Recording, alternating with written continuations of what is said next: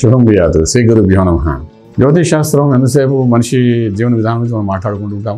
లాభాలు, నష్టాలు, కష్టాలు, సుఖాలు, అన్నదమ్ములు, అక్కచెల్లెలు అన్నిటి గురించి మాట్లాడుకుంటూ ఇంతకుముందు ఎన్నో ఎపిసోడ్స్ ఇచ్చాం. మనం ధనుభావము గురించి చెప్పుకున్నాం, ధనభావం గురించి చెప్పుకున్నాం, అలా తృతీయ భాతృస్థానం గురించి చెప్పుకున్నాం, 2 కుటుంబం గురించి చెప్పుకున్నాం, 4 తల్లిగారి గురించి మాట్లాడుకున్నాం, 5 పిల్లల గురించి మాట్లాడుకున్నాం. ఇవన్నీ వీడియోస్ ఆల్రెడీ మీకు అప్లోడ్ చేస్తాం ఇంతకుముందు. ఇక 6వ ఇంట్లో ఆరోగ్యం గురించి మాట్లాడుకున్నాం. సో ఈ విధంగా 6 ఏళ్ళ వరకు మనం మాట్లాడుకున్నాం. ఇంకా నెక్స్ట్ వచ్చేది సప్తమ, అష్టమ, భాగ్య, రాజ్య, లాభ, వ్యయస్థానాల గురించి మనం మాట్లాడుకోవాలి. సప్తమం అంటే నీకు అర్హత వస్తుంది. దేనికంటే యజ్ఞయాగాలు చేసుకోవడానికి అర్హత వస్తుంది. సప్తమ భావం. సప్తమ భావం అంటే భార్య, ఇంటి ఇల్లాలు, ఎవరినైతే వివాహం చేసుకుంటామో అది సప్తమ భావం అనుకుంటాం. అంటే ఏ కార్యం చేయాలన్నా, ఏ శుభకార్యం చేయాలన్నా, ఏ యజ్ఞాలు చేయాలన్నా, ఏ యాగాలు చేయాలన్నా, ఇంట్లో దీపం వెలిగించాలన్నా ఇంటి కోడలు వస్తేనే కానీ ఆ దీపం వెలిగించడానికి వీలేదన్నట్టుగా చెప్తాం. కొన్ని కర్మలు చేయాలంటే ఇంట్లో దీపారాధన లేనిది జరగదు. కాబట్టి ఇంట్లో ఆడపిల్ల పెళ్ళైన తర్వాత ఇంటి కోడలు ఎవరైతే వస్తారో పెద్ద కోడలు దీపం వెలిగించాలంటాం. అంటే అంత ప్రాశస్యం నీ 7వ భావానికి ఉంది.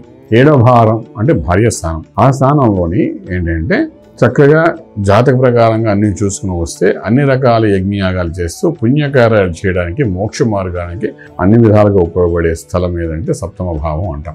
షష్ఠ స్థానం వరకు మీరు, మీ పిల్లలు, మీ కుటుంబం ఇలా అనుకుంటే మీ కుటుంబంలోకి కొత్త వ్యక్తి వచ్చేది సప్తమ భావంలోని. సో ఈ కుటుంబంలో కొత్త వ్యక్తి మన ఇంట్లోకి వస్తున్నారు అంటే దానికి కారణం ఏంటంటే తనుభావము, కుటుంబ భావము, భాతృస్థానము అంటే అన్నదమ్ముల యొక్క స్థానము, చతుర్థం తల్లి, పంచమం అష్టైశ్వర్య భోగభాగ్యాలు, 6వ ఇంట్లో ఆరోగ్యము, ఇవన్నిటిని మనం జాగ్రత్తగా చూసుకుంటే సప్తమ భావంలో ఉన్న ఇంటిల్లాలు వచ్చిన తర్వాత మీకు మోక్ష మార్గాన్ని చూపిస్తారు. మోక్షం అంటే ఇవాళ రేపు కలియుగంలో మనం చూసుకుంటే చిరాకులు, పరాకులు, గొడవలు ఇవన్నీ మనకి ఎక్కువ కనబడుతున్నాయి వివాహానంతరం.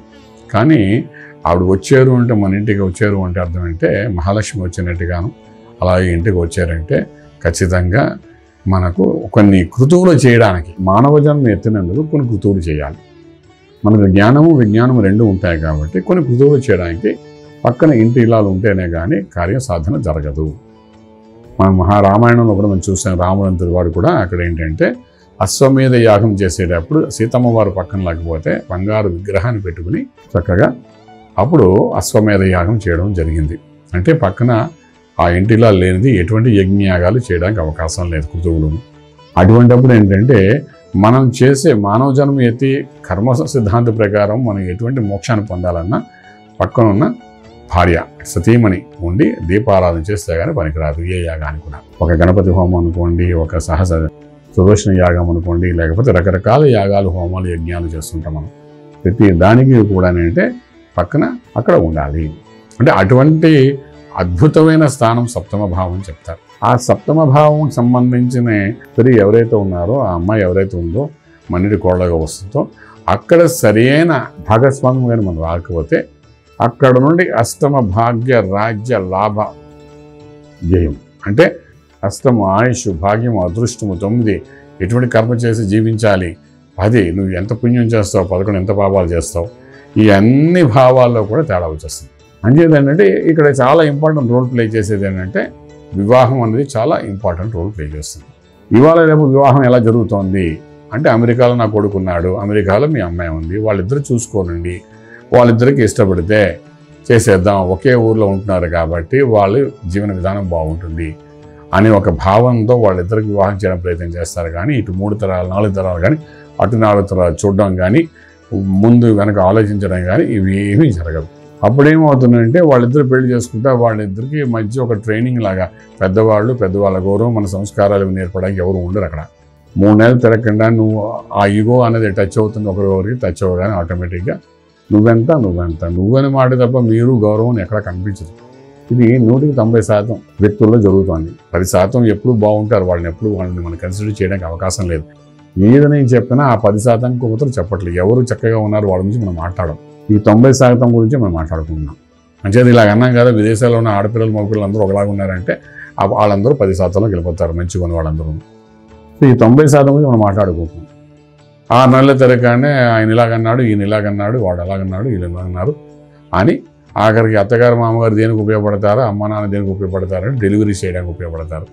అక్కడికి వెళ్తే. అంతే తప్ప ఇంక దేనికి వాడు ఉపయోగపడరు. వివాహ బంధం ఎలా అయిపోయిందంటే ఆఖరికి విదేశాల సంబంధమే కావాలి, స్వదేశీ సంబంధం పనికిరాదు. మనవాడు ఎంఎస్ చేయడానికి వెళ్ళిపోతాడు. అక్కడ వాడు సబ్జెక్ట్ని అర్థం చేసుకుంటున్నాడో లేదా, ఇంజనీరింగ్ చేసిన తర్వాత ఎంఎస్ చదవాలంటే వాడు లాంగ్వేజ్ వీడికి అర్థం అవుతాం లేదా, టెక్నికల్గా మనం అర్థం చేసుకుంటున్నాం లేదా, పిల్లడికి అంత జ్ఞానం ఉందా లేదా, అందరూ వెళ్ళే కదా మన పిల్లడు వెళ్ళిపోతాడు. జ్ఞానం లేనప్పుడు ఏం చేస్తాడు, 2 సంవత్సరాలు అక్కడ పనిచేస్తాడు, చదువుకుంటాడు. చదువుకున్న తర్వాత ఉద్యోగం ఎలా చేయాలో తెలియదు. ఎగ్జామ్ ఫెయిల్ అయితే మళ్ళీ ఇంకో రకంగా రాసుకుంటాడు. ఎలాంటి ఉద్యోగం చేయాలి, టెక్నికల్గా వాళ్ళు అడుగుతారు కదా ఇంటర్వ్యూలోని, మనం వాడు సమాధానం చెప్పలేకపోతాడు. ఇంగ్లీష్ కూడా ప్రాపర్గా రావాలి కదా, లాంగ్వేజ్ కూడా బాగా రావాలి, వాళ్ళ లాంగ్వేజ్ కూడా అర్థం చేసుకోవాలి. టెక్నికల్గా ఎంత స్ట్రాంగ్ ఇవాళ రేపు అన్నీ బాగుంటేనే ఉద్యోగాలు దొరకట్లేదు దేశాలు. సో ఈ సప్తమ భావం అనేది ఎలా ఉంది అంటే దాన్ని చాలా అతి క్యాజువల్గా తీసేసుకుంటున్నారు ఇప్పుడున్న ప్రజానికి. సో వివాహ బంధానికి ఇప్పటికి కూడా మా ఇళ్లలో అగ్రహారాల్లో పెళ్లి చేయాలంటే ఇటు 4 తరాల వరకు చూస్తారు, అటు 4 తరాల వరకు చూస్తారు. ఈ విషయం నేను ఎవరికైనా చెప్పాను, చాలండి మీ చేదస్తం అంటారు. ఆ పిల్లడు హాయి ఉన్నాడు అబ్రాడ్ అని ఆల్మోస్ట్ ప్యాకేజ్ 30 లక్షల, 40 లక్షల, 50 లక్షల, యాజ్ సింపుల్ యాజ్ దట్. అన్ని లక్షలు ఉన్నాయంటే చాలు, ఫ్యామిలీ బాగుంది, మంచి బాగా సంపాదించుకుంటే ఇంకేం కావాలి. ఇప్పుడు ఉన్న పరిస్థితులు అంతకంటే ఏం కావాలి. అది తెల్లారిగా ఉద్యోగం పోయిందనుకోండి, మళ్ళీ ఈ బాధలన్నీ ఎవరు చెప్పుకోవాలి, మనకే చెప్పుకోవాలి వచ్చి బెంచ్ మీద కూర్చుంటే. ఆ తర్వాత ఇద్దరు ఒకే ఊర్లో పనిచేస్తున్నాం, సడన్గా వాడు ఇంకో చోట ట్రాన్స్ఫర్ అయిపోయింది, మళ్ళీ మన దగ్గరికి రావాలి ఆ కష్టాలు చెప్పుకోవడానికి. 4 తరాలు ఎందుకు చూస్తారు అని అంటే వెనకాల తల్లిదండ్రులు ఎలాగున్నారు, పెద్దవాళ్ళు ఎలాగున్నారు, ఇంటి యొక్క ఆరోగ్య పరిస్థితి ఎలాగుంది, పెద్దవాళ్ళు చేసిన పుణ్యం ఏంటి, వాళ్ళ సంస్కారాలు ఎలాగున్నాయి, ఇవన్నీ చూసుకుంటే కానీ పెళ్లి చేయకూడదంట. అంచేత ఆ అమ్మాయిని తెచ్చుకునేటప్పుడు ఈ ఇంటి వెనకాల 4 తరాలు చూసుకుని ఆడపిల్లని తెచ్చుకునేవారు. ఎందుకంటే ఈ వంశాన్ని నిలబెట్టాలి కదా అని. ఈ వంశాన్ని నిలబెట్టడానికి సరైన స్త్రీయా కాదా అన్నట్టుగా, ఆ పిల్లకి అవునా కాదా అన్నట్టుగా చూసుకుని మరి తీసుకొచ్చేవారు. ఇది సప్తమ భావం. ఆ సప్తమ అష్టమం అనుకోండి, ఆయుష్ అనుకోండి రెండోదిగా. ఈ సప్తమ ఆయుష్ రెండు కలిసినవి ప్రాపర్గా కానీ లేకపోతే అదృష్టం అన్నది కలిసి రాదు. అంటే 9వ భావం అమ్మాయి రావడమే అదృష్టం. ఇప్పటికీ చాలామంది మన దగ్గరకు వచ్చినప్పుడు మాట్లాడుతుంటారు, పెళ్లి చేసుకున్న తర్వాత బాగుపడ్డాను అన్నట్టు. బాగుపడ్డాను అంటే ఏదో మంచి జరిగింది. పెళ్లికి ముందు నాకు అసలు ఏమి రెస్పాన్సిబిలిటీ కూడా లేకుండా పెళ్లి చేసుకున్న తర్వాత అన్ని విధాలుగా సెటిల్ అయిపోయాడు మా లైఫ్ అంతా అని చెప్పేవాడు 180 మంది ఉంటారు. కొందరు పెళ్ళైందా సెటిల్ అంటారు, కొందరు పిల్లలు పుట్టిన తర్వాత కలిసి ఉంటారు, కొందరు ఆడపిల్ల పుట్టిన తర్వాత కలిసి వచ్చిందంటారు. ఇవన్నీ కలిసి వచ్చే అంశాలన్నీ అక్కడ వివాహం అనంతరం ఏ రకంగా కలిసి వచ్చాయో చెప్పుకునే వాళ్ళు చాలామంది ఉన్నారు. ఆ సప్తమ అష్టమ భావానికి సంబంధించిన ఆ స్త్రీని మనం తీసుకొచ్చిన అమ్మాయిని ఎవరినైతే ఉన్నారో ఆ జాతకాన్ని చూసి ఎప్పుడైతే సమతుల్యమైన జాతకాన్ని చూసి మనం ఎప్పుడైతే వివాహం చేస్తామో అదృష్టం అనేది కలిసి వస్తుంది. 9వ భావం భాగ్యస్థానం, మన భాగ్యస్థానం పెరుగుతుంది. ఎందుకంటే ఆవిడతో కలిసి మనం చేసే పూజలు, పునస్కారాలు, యజ్ఞయాగాలు ఏం చేస్తాయంటే మన అదృష్టాన్ని పెంచుతుంది, మన యొక్క భాగ్యాన్ని పెంచుతుంది. అదృష్టం భాగ్యం అంటే మన పుణ్యంలో భాగం. పుణ్యం చేయాలనే మార్గానికి చూపించడం అదృష్టం. ఇక్కడ పుణ్యము అంటే ఈ లౌకిక ప్రపంచంలో ఇప్పుడు ఏఐ కూడా వచ్చేసింది, ఆర్టిఫిషియల్ ఇంటెలిజెన్స్ వచ్చేసింది. ఈ స్టేజ్లో ఏంటంటే పుణ్యం ఏంటో తెలియదు, పాపం ఏంటో తెలియదు పిల్లలకి. నిన్న మనం ఎవరినో మాట్లాడుతూ ఏం చదువుకుందాం అనుకుంటున్నావా అని అంటే ఏఐ అని అన్నాడు, అంటే ఆర్టిఫిషియల్ ఇంటెలిజెన్సీ అని చెప్పి. అంటే వాడు ఆ స్థాయి ఆలోచిస్తున్నాడే తప్ప వేరే ఆలోచన వాడికి రావట్లేదు భూమి మీద. సో ఇప్పుడు ఏమైంది, సప్తమ భావం కరెక్ట్గా ఉంది అంటేనే మన అదృష్టం భాగ్యం బాగుంటుంది. అదృష్టం బాగుంటే మంచి కర్మలు చేయాలనిపిస్తుంది. అదృష్టం ఏంటంటే మంచి కర్మలతో మోక్ష మార్గం పొందడానికి 9వ భావం. తండ్రి నుండి వచ్చిన అంశం కొంత 9వ భావన కనబడుతుంది, మన అదృష్టం కొంత భాగం కనబడుతుంది. విశేషమైన సంస్కారాలన్నీ 9వ భాగంలో కనబడతాయి. విశేషమైన చదువులన్నీ 9వ భావన కనబడుతుంది. వేద విద్య అంతా 9వ భావన కనబడుతుంది.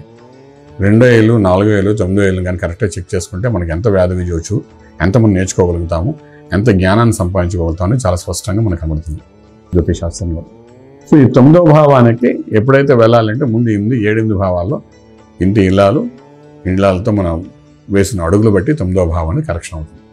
ఎప్పుడైతే మనకు సప్తమ భావంలో ఇంటి ఇళ్ళాల దగ్గర మనం ఎక్కడైనా రాంగ్ స్టెప్ కనిపిస్తే మనకు మళ్ళీ యథారాజ తథాప్రజాన్ని అక్కడ నుండి మళ్ళీ జీవనం మొదలుపెట్టడం జరుగుతుంది. అప్పుడు ఈ లైఫ్ ఒకటి సరిపోదు. మనకు కరెక్షన్ అనేది ఎక్కడో చోటు జరగాలి జీవితంలో. సో 9వ భావం దగ్గరికి వచ్చేసరికి యోగం. 9వ భాగం ఏం చేస్తుంది, ఒక మార్గాన్ని చూపిస్తుంది.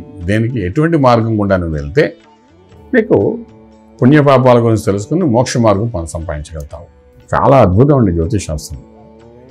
అసలు 9వ భావంలో ఒక పాపగ్రహం ఉందంటే వాడు ఎన్ని కష్టాలు పడినా ఆ మోక్షానికి సంబంధించిన మార్గమే కనిపించదు. ఇక్కడే కొట్టుకుంటూ ఉంటాడు, ఇక్కడే కొట్టుకుంటే ఈ ప్రపంచంలో కొట్టుకుంటూ ఉంటాడు. 9వ భావం లక్ ఫేవరింగ్. నీకు ఎంత లక్ ఉంది, ఎంత చదువు ఉంది, ఎంత జ్ఞానం ఉంది, ఎంత విశేషమైన చదువులు ఉన్నాయి. విశేషమైన చదువు అంటే సంస్కారాలు ఉన్నాయి, ఈ భూమి మీద బతకడానికి కావాల్సింది ఇవన్నీ చెప్పే 9వ భావం దాటినప్పుడు ఏంటంటే మనకు 10వ భావం వచ్చేది ఎటువంటి కర్మలు చేసి మనం సక్సెస్ఫుల్ అవుతాం లైఫ్లోని. సో ఒకవేళ 9వ భావంలో ఒక పాపగ్రహం ఉంటే ఏ పాపగ్రహం ఉందో చూసుకుని మీ జాతకంలోని దానికి ఎటువంటి సంస్కారాలు చేయాలి అనే ప్రయత్నం మీరు చేయాల్సి వస్తుంది. అలా చేసేటప్పుడు ఏంటవుతుందంటే మీకు ఆ సంస్కారాల నుండి బయటపడతారు, ఆ కష్టాల నుండి బయటపడతారు, మీకు ఒక మంచి మార్గం కనబడుతుంది. చాలామంది ఏంటంటే అస్ట్రాలజికల్గా చూస్తారు 10th హౌస్ ఒక కుజుడు కానీ ఒక రవి కానీ ఇలాంటి ఒక గరుడు కానీ ఉంటే మంచి గవర్నమెంట్ జాబ్ వచ్చేస్తే ఇంకేం పర్వాలేదు బ్రహ్మాండంగా ఉంటే లైఫ్ సెటిల్ అయిపోతుంది అనుకుంటారు. 10వ ఇంట్లో అది ఉన్నా దానికంటే ముందు 9వ భావంలో సరైన గ్రహం లేకపోతే ఖచ్చితంగా మీకు ఆ ఆప్షన్ దొరకదు. అప్పుడు మనం ఏం చేయాలంటే 9వ భావాన్ని కరెక్షన్ చేసుకోవాలి. ఒక ప్రభుత్వ ఉద్యోగం అంటే లాంఛనంగా మీ భూమి మీద పుట్టిన ఒక ప్రభుత్వం అంటే భూమి మీద ఆధిపత్యం ఉన్న ప్రభుత్వం ఏదైతే ఉందో ఆ ప్రభుత్వం నేను గౌరవిస్తూ ఒక కర్మ చేయరాని ఒక ఉద్యోగాన్ని మీకు ఇస్తున్నది అంటే 10వ భావంలో కుజుడు రవి వస్తుంది. అలా వచ్చినప్పుడు కూడా 9వ భావంలో అదృష్టం లేకపోతే అది రాదు. సో ఎటువంటి కర్మలు చేస్తారని 9వ భావం డిసైడ్ చేస్తుంది. సో దాన్ని బట్టి మనం ఇటువంటి కర్మలు చేసుకుంటూ ధర్మకర్మ యోగంలో భాగంగా కొన్ని ధర్మాలు, కొన్ని కర్మలు, కొన్ని ఆధ్యాత్మిక కర్మలు ఇలా చేసుకుంటూ జీవన విధానం గడుపుకుంటూ ముందుకెళ్ళిపోతాం. సో అక్కడ 10వ భావంలో కూడా మన పాపగ్రహాలు ఏమైనా ఉంటే దాన్ని కూడా సంస్కారం చేయాలి. పాపగ్రహాలు అంటే ఎవరు? మీ లగ్నం ప్రకారం కొన్ని గ్రహాలు పాపగ్రహాలు అవుతాయి, కొన్ని శత్రుగ్రహాలు అవుతాయి, కొన్ని మిత్రగ్రహాలు అవుతాయి. సో మీ లగ్నాన్ని బట్టి ఏ గ్రహం అక్కడ ఉందో చూసుకుని అది పాపగ్రహమా, మిత్రగ్రహమా, శత్రుగ్రహమా, నీచగ్రహమా, నీచ స్థితిలో ఉన్న గ్రహం అని చూసుకుని దాన్ని సంస్కారం చేసుకోవాలి. అప్పుడు మీ అదృష్టం బాగుంటుంది, మీ రాజ్యము బాగుంటుంది. అదృష్టాన్ని, భాగ్యాన్ని, రాజ్యాన్ని కరెక్షన్ చేసుకోలేకపోతే మన లైఫ్ వేస్ట్. ఇంకా ఆ రెండు కరెక్షన్ చేసుకోవాలంటే దానికి ముందు 7వ భావం, 8వ భావంలో ఉన్న ఇంటి ఇల్లాలు ఒక జాతకము, ఆవిడ యొక్క యోగాలు, మనకి పెళ్లి చేసుకునే ఇటువంటి యోగాల్లో ముందుకిచ్చారు చూసుకోవడం చాలా అవసరం. అయిపోయింది. ఇటువంటి కర్మ చేస్తే మనం యోగంలోకి వెళ్తామని చెప్తాం. బాగుంది. కర్మ అనేది ధర్మకర్మ యోగంలో భాగంగా మంచి కర్మలు చేసుకుంటూ ముందుకు వెళ్తామా? ఆధ్యాత్మికంగా ముందుకు వెళ్ళేవాడికి ఈ లౌకిక ప్రపంచంలో బతకడానికి ఏంటంటే ఈ ప్రొఫెషనల్స్ ఉన్నాయి. ఇంజనీరింగ్ అనుకోండి, డాక్టర్ అనుకోండి, సాఫ్ట్వేర్ అనుకోండి, హార్డ్వేర్ అనుకోండి, రకరకాల కర్మలు చేసి బతకాలి కాబట్టి ఇవన్నీ చేయాలి. సో దానికి అనుగుణంగా అటున్న గ్రహాన్ని బట్టి మనం చెప్తుంటాం, నువ్వు సాఫ్ట్వేర్లో వెళ్తావా, లేకపోతే నువ్వు గవర్నమెంట్ జాబ్ సంపాదిస్తావా, లేకపోతే నువ్వు ఇంజనీరింగ్ అవుతావని ఏదో రకరకాలు చెప్తుంటాం. ఆ కర్మ చేస్తూ అక్కడ మనం స్పెసిఫిక్గా చెప్తాం ఎటువంటి కర్మ చేసి ధనార్జన చేసుకుని మళ్ళీ దాన్ని ఎటువంటి కర్మతో, ధార్మిక కర్మతో నువ్వు మోక్షాన్ని పొందుతావు అని కూడా వాడు రాసి పెడతాడు 10 ఏళ్ళు. దీన్ని విశేషంగా D10 చార్ట్ అని ఉంటుంది. ఆ చార్ట్లో దీని గురించి విశేషంగా ఉంటుందన్నమాట. ఇది రాశి చక్రంలో కనబడిపోయింది, బట్ D10 చార్ట్లో బాగా కనబడుతుంది. అది చెప్తున్నమాట. అంటే నువ్వు సంపాదన బతకడానికి ఒక సంపాదన, ఆ సంపాదన మళ్ళీ ఎటువంటి కర్మలు చేసి నువ్వు మోక్షాన్ని పొందుతావు. నీకు 100 రూపాయలు సంపాదించావు, అందులో 50 రూపాయలు నీకు ఖర్చు పెట్టుకున్నావు, 50 రూపాయలు దాన ధర్మాలు చేసావు అంటే మళ్ళీ మంచి మార్గానికి వెళ్తున్నావు. వెళ్ళినప్పుడు నీకు ప్రాఫిట్లో ఉన్నది 11th హౌస్, పుణ్యం పాపం చెప్తుంది. ఇవన్నీ ఏంటంటే నీకు 7th ఆస్పెక్ట్ నుండి నీకు నీ భార్య ఎవరైతే వచ్చిందో ఈ సంస్కరణలన్నీ నీకు నేర్పాలి. ఆవిడ నీతో కలుస్తూ వెళ్తే వీటన్నిటికీ అనుగుణంగా ముందుకు తీసుకెళ్ళాలి. అలా తీసుకెళ్ళినప్పుడు నీ 10వ భావం, 9వ భావం కరెక్షన్ అవుతుంది. ఏ కర్మ చేయాలని ఇద్దరు కలిసి చేయాలి కదా. ఒక ధర్మకర్మ యోగంలో ఏదో భాగం చేయాలన్నా ఇద్దరు కలిసి చేయాలి కదా. సో అలా చేసుకుంటూ వెళ్ళినప్పుడే 10వ ఏళ్ళు పండుతుంది, 11వ ఏళ్ళలో పుణ్యం వస్తుంది, 12వ ఏళ్ళలో నష్టాలు మనకు కనిపించవు. సో చాలా ఇంపార్టెంట్ రోల్ ప్లే చేసి స్త్రీ మన ఇంటికి వచ్చే ఆడపిల్ల. సో జాతకాలు చూసేటప్పుడు కానీ అస్ట్రాలజికల్గా కూడా మ్యారిటల్ లైఫ్లో మనం చూసుకునేటప్పుడు అది చాలా ఇంపార్టెంట్ రోల్ ప్లే చేస్తుంది. అది నేను ఆధ్యాత్మికంగా చెప్తున్నాను. అలా ఉన్నప్పుడు ఈ కాలంలో కూడా ఆధ్యాత్మికంగా ఎంతోమంది ఋషులు, యజ్ఞయాగాలు చేసేవాళ్ళు, పండితులు, ప్రవచనాలు చెప్పేవాళ్ళు, ఉపాసకులు, రకరకాల వ్యక్తులు మనం చూస్తున్నాం. వీళ్ళందరూ కూడా సంసారం చేసుకుంటూ కూడా మోక్ష మార్గాన్ని పొందే స్త్రీ విద్యలో ఉన్న వాళ్ళు చాలామంది మనం చూస్తుంటాం. ఇవన్నీ ఎలా జరుగుతున్నాయి అంటే ఈ 7వ భావం నుండి ఆ ఇంటి ఇల్లాలు సగభాగం కాబట్టి ఆవిడ చేస్తున్న కర్మలు వీటితో అనుసంధానం చేసుకుంటూ ముందుకు వెళ్తున్న దాన్ని బట్టి 10వ భావం, 11వ భావం పుణ్యం మనకు వస్తుంది. అదే 7వ భావంలో కరెక్ట్గా కనెక్ట్ అవ్వలేదు అనుకోండి, మనకి చేసే కర్మలు మారిపోయాయి అనుకోండి, అక్కడ 12వ భావంలో ఉన్న ఇది యాక్టివేట్ అవుతుంది. అంటే పాపాలు పెరుగుతాయి. అక్కడ 12వ భావం ఏంటి? మనకు వ్యయ స్థానం అంటాం. 12వ భావం ఏంటంటే కర్మస్థానం ప్రకారం పుణ్యం బదులు పాపం అవుతుంది. అంటే వ్యయం అంటే ఖర్చు పెట్టడం, ధనాన్ని ఖర్చు పెట్టడం వ్యయం, పుణ్యాన్ని ఖర్చు పెట్టడం వ్యయం అంటారు. ఇప్పుడు 7వ భావం 7-8 భావాలకు సంబంధించినంత వరకు సరైన స్థితి మన ఇంట్లో ఇల్లాలుగా రాకపోతే ఆవిడేం చేస్తుంది? అదృష్టానికి సంబంధించిన కర్మలు చేయదు, రాజ్యానికి సంబంధించిన మంచి కర్మలు చేయదు. ఎప్పుడైతే చేయనప్పుడు నువ్వైతే చేయించదు. ఇవాళ రేపు పెళ్ళి అవ్వగానే 3వ రోజు కల్లా హనీమూన్కి ఎక్కడికి వెళ్ళిపోవాలంటారు. అక్కడెక్కడో తిరిగేసి వస్తారు. వాళ్ళకి ఇంకెవరు అవసరమే లేదంటారు. వాళ్ళు ఫ్రీ బర్డ్గా అమెరికా వెళ్ళిపోతారు. 21 రోజులు అవగానే అమెరికాలో వచ్చినప్పుడు అమెరికా తిరిగి వెళ్ళిపోతాడు పెళ్లి చేసుకుని. వాళ్ళకి ఎవరితో సంబంధం లేదు. ఆ లైఫ్ 22వ రోజు నుండి వీడియో ఉద్యోగం ఆమె ఉద్యోగం వెళ్ళిపోతుంది.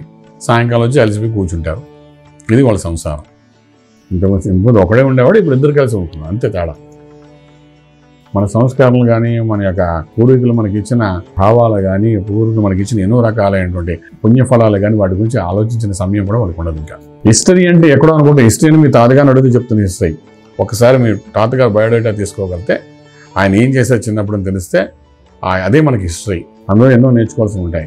హిస్టరీ కోసం మనం వేరే ఎవరి పుస్తకాల్లోకి పోయి మహాత్మా గాంధీయో నెహ్రూ గారు లేకపోతే ఇందిరా గాంధీ చూడవలసిన అవసరం లేదు. మీ గ్రాండ్ ఫాదర్ ఎలా బతికేయడం తెలుసు ఒకసారి కానీ చూడడానికి ప్రయత్నించగలిగితే then you come to know నేను ఎలా బతకాలి అని చెప్పి మీకు ఈజీగా డిఫరెంట్ మీ గ్రాండ్ ఫాదర్ పోలికలు మీకు ఉంటాయి వంశానికి సంబంధించిన. సో అవన్నీ మనం మర్చిపోతాం పెళ్ళి అయిపోగానే. వెళ్ళిపోతే మనకేంటంటే ఆ స్త్రీ వచ్చిన తర్వాత, అంటే స్త్రీ తప్పు కాదు ఇక్కడ నేను చెప్పాలనుకుంటే వివాహ బంధం నుంచి నేను మాట్లాడుతున్నాను. ఇప్పుడున్న సంస్కరణలు అలాగున్నాయండి, ఎవరిని బ్లేమ్ చేయట్లేదు ఇక్కడ. వివాహం జరిగిన తర్వాత మన విదేశాలకు వెళ్ళి ఎలా సెటిల్ అవుతున్నారు. స్వదేశంలో కూడా అలాగే ఉన్నాయి, విదేశాలు అలాగే ఉన్నాయి. స్వదేశంలో కూడా ప్రపంచంలో తిరిగి వచ్చేస్తారు. వచ్చేసి మమ్మీ డాడీ మేము వెళ్ళి సెపరేట్గా ఒక ఇల్లు తీసుకుని ఉంటాము, మాకు ఆఫీస్కి ఇంటికి చాలా దూరం అయిపోతుంది, ఎక్కడో హైదరాబాద్ అయితే మేము ఎక్కడో ఎల్బీ నగర్లో ఉన్నాము, ఐటీ సిటీ రాను కూడా కష్టం అయిపోతాను, మేము వేరేగా తీసేసుకుంటా అంటారు. వాళ్ళకి ఎవరు నేర్పుతారు సంస్కారాలని? ఎవరు నేర్పేవాళ్ళు మీరు. సో ఇదేంటంటే మనకు 12th హౌస్ అంటే మనం చేయాల్సిన పాపాలు. 12th హౌస్ మనం ఏం ఖర్చు పెట్టే పుణ్యాన్ని ఖర్చు పెట్టేస్తే పాపం ఎక్కువైపోతుంది. ఈ 12th హౌస్ మనమే కావాలని నింపుకుంటాం. ఎప్పుడైతే 12th హౌస్ నింపుకుంటామో మన ఈ జీవన విధానం ఎండ్ అయ్యే లోపల ఆ 12 ఏళ్ళు కూడా వస్తుంది. ఆ 12 ఏళ్ళు వచ్చినప్పుడు మీకు వయసు ఉండదు. వయసు ఎప్పుడైతే ఉండదో ఆ కర్మలు మీరు అనుభవించాలి, పాపకర్మలు అనుభవించాలి అంటే 12 ఏళ్ళని శుద్ధి చేసుకోవడం కూడా మీకు తెలియదు. అటువంటి కష్టం. అంతే పెద్దవాళ్ళు అయిన తర్వాత వాళ్ళు ఎవరైనా ఏమైనా చేసుకోవాలనుకున్నా పిల్లలు సహకరిస్తారేమో అనుకుంటే పిల్లలు ఎక్కడో అమెరికాలో ఉంటారు, మా వల్ల కాదమ్మా రావడానికి అని అంటారు. ఇప్పటికీ నేను చాలామంది ఫ్యామిలీస్ నేను చూస్తున్నాను, అమెరికాలో పిల్లలు ఉంటారు, 5 సంవత్సరాలు 6 సంవత్సరాలు 10 సంవత్సరాలైనా ఇండియా రాకుండా తల్లిదండ్రులు చూసుకోకుండా ఉన్నవాళ్ళు చాలామంది ఉన్నారు. కుదరదు అని అంటారు. ఒకసారి వస్తే ఉద్యోగం పోతుంది, లేకపోతే వీసా పోతుంది. సో డెఫినెట్గా వాళ్ళు వచ్చి కలవలేరు. పేరెంట్స్ పెద్దవాళ్ళు ఏదో వెళ్ళగలుగుతారంటే వీళ్ళ ఆరోగ్యం సహకరించదు అక్కడ. సో ఏమైపోయింది, డిటాచ్మెంట్ ఆల్రెడీ స్టార్ట్ అయిపోయింది అక్కడ. సో నువ్వు ఒక పాపం ఆల్రెడీ చేసావు. కనీసం ఈ 12 రాసులను దృష్టిలో పెట్టుకుని మానవ జన్మ ఎత్తినందుకు నిన్ను పుట్టించిన తల్లిదండ్రులు నువ్వు సేవ చేసుకోవాల్సి వస్తుంది.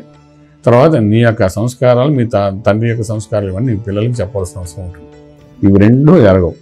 అప్పుడు 12 ఏళ్ళు ఏమవుతుంది, 12 ఏళ్ళతో ఏజ్ అయిపోతుంది మీకు. సో వాడు మొత్తం అంతా ఫిల్టర్ చేస్తాడు ఆధ్యాత్మికంగా. జ్యోతిషాస్త్రం అంత గొప్పది చేసి 12 ఏళ్ళు ఎంత పెద్ద ప్యాకేజ్ పెడతాడు. ఇవన్నీ నువ్వు చేసిన పాపాలని నేను ఒకటి కరెక్షన్ చేసుకో. ఎప్పుడు చేయాలి? నీ లైఫ్ ఎండింగ్ లోపల చేయాలి. నీ ఎండింగ్ అయ్యే లోపల చేయాలంటే అంత గొప్ప విషయం ఆలోచించండి. నీకు అప్పుడు ఉన్న వయసు అంటే ఎత్తు వయసే కాదే, 60 ఏళ్ళు 70 ఏళ్ళు దాటి ఉంటాయి. అప్పుడు చేయరా అంటే కాలు పనిచేయదు, చెయ్యి పనిచేయదు, ముక్కు పనిచేయదు, కళ్ళు కనబడేసరి. ఆ పరిస్థితుల్లో ఈ కర్మలన్నీ నేను చేయను అంటాడు. చేసేస్తే నేను రిలీజ్ చేసేస్తాను నేను మానవ జన్మని, మోక్షం వచ్చేస్తుంది. ఏం చేస్తా? ఏం చేయలేవు. మళ్ళీ పురుగో పుట్ట పొట్టాలి. కానీ అప్పుడు నువ్వు రిలీజ్ అవుతావు నేను చేసిన పనులు ఏంటింది. అంచేదా 7th ఆస్పెక్ట్ మళ్ళీ మీ లైఫ్ టర్న్ చేస్తుంది. అంటే వివాహ బంధానికి చాలా చాలా ఇంపార్టెంట్ ఉంది. చాలామంది వివాహాన్ని చాలా లైట్ తీసుకున్నా కాబట్టి నేను ఆధ్యాత్మికంగా చెప్పాలనుకుంటున్న జ్యోతిష్ శాస్త్రాన్ని అనుసంధానం చేసి అంచేత 7వ 8వ భావాలు ఏవైతే ఉన్నాయో అవి చాలా ఇంపార్టెంట్ రోల్ ప్లే చేస్తాయి మీ లైఫ్ టర్నింగ్ పాయింట్కి. అంచేత నేను ఈ యూట్యూబ్ చేసే వాళ్ళకి చెప్పాలనుకున్న విషయం ఏంటంటే విశేషంగా వివాహం అనే వ్యవస్థకి ఎప్పుడైతే వెళ్తారో, పిల్లలు యుక్త వయసులోకి వస్తారో, వివాహం చేయాలనుకుంటున్నప్పుడు ఖచ్చితంగా జాతకాన్ని చూసి ఇటువంటి సంస్కారాలతో ముందుకు వెళ్ళి పిల్లడు రేపు ఉదయం నాకు ఉపయోగపడాలి అనేటట్టుగా చేయగలిగితే చాలా బాగుంటుంది. ఈ మధ్య ఒక జాతకం చూశాను.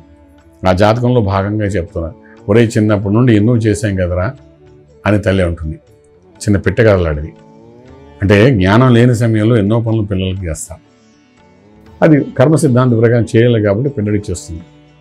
ఎలా అనుకుంటున్నాడు ఆ తల్లి, నేను పెద్ద అయిన తర్వాత 70-80 ఏళ్ళు వచ్చిన తర్వాత నేను చేసుకోలేని పరిస్థితుల్లో నా పిల్లవాడు అవన్నీ గుర్తుపెట్టుకుని నాకు మళ్ళీ సహకారంగా ఉంటాడు. ఆ తీసుకున్నదంతా మళ్ళీ ఇచ్చేయాలి కదా. బ్యాలెన్స్ అయిపోవాలి కదా. అందరూ అంతే కదా, డబ్బు దాచుకునే దేనికండి, ఎప్పుడో అవసరం కూడా ఖర్చు పెట్టుకోవడం కదా. పుణ్యం ఎందుకు చేస్తామండి? ఈ లోకంలో కొంత ఆ పుణ్యాన్ని అనుభవించడానికి కోసం కదా, ప్రశాంతంగాను. సో అలా చేస్తారేమో అనుకుంటే ఇవాళ పిల్లలు అక్కడ ఉన్నారంటే అమెరికాలో వెళ్ళిపోయి, విదేశాల్లోకి వెళ్ళిపోయి, దేశంలో ఉన్నా కూడా ఏదో ప్లేస్లో ఉండిపోయి ఈ తల్లిదండ్రులను తీసుకుని ఒక అనాథాశ్రమంలో వాట్లాడి కూర్చోబెట్టి వాళ్ళ జీవన విధానం కలుపుతున్నారు. అంటే నేను చెప్పాలనుకుంటున్నానంటే ఈ సప్తమ భావాన్ని కరెక్ట్గా కరెక్షన్ చేసుకుని వివాహం చేసుకోవడం ప్రయత్నం చేయగలిగితే అక్కడ జాతకాలను చక్కగా చూసుకుని జాతకంలో భాగంగా ఆమె ఏ రకంగా మనకు చక్కగా మన యొక్క వంశాన్ని నిలబెడుతుందన్న దాని మీద దృష్టిలో పెట్టుకుని పంచమ భావం, సప్తమ భావం, భాగ్యస్థానం అమ్మాయిది ఎలా ఉందో చూసుకుని, లాభం ఎంత ఉంది, వ్యయం ఎంత ఉంది చూసుకుని, ఆమె ఎంత మనకు సహకరిస్తుందో చూసుకుంటూ ఆ విధంగా చేసుకుంటూ వివాహ వ్యవస్థను కానీ నిలబెట్టుకోవడం కానీ ప్రయత్నం చేయగలిగితే డెఫినెట్గా ఇహలోకంలో రాజమార్గంలో, పరలోకంలో కూడా రాజయోగంతో ముందుకు వెళ్తారని, మోక్ష మార్గం పొందుతారని మనం చెప్పడానికి అవకాశం ఉంది. శుభం వ్యాధు.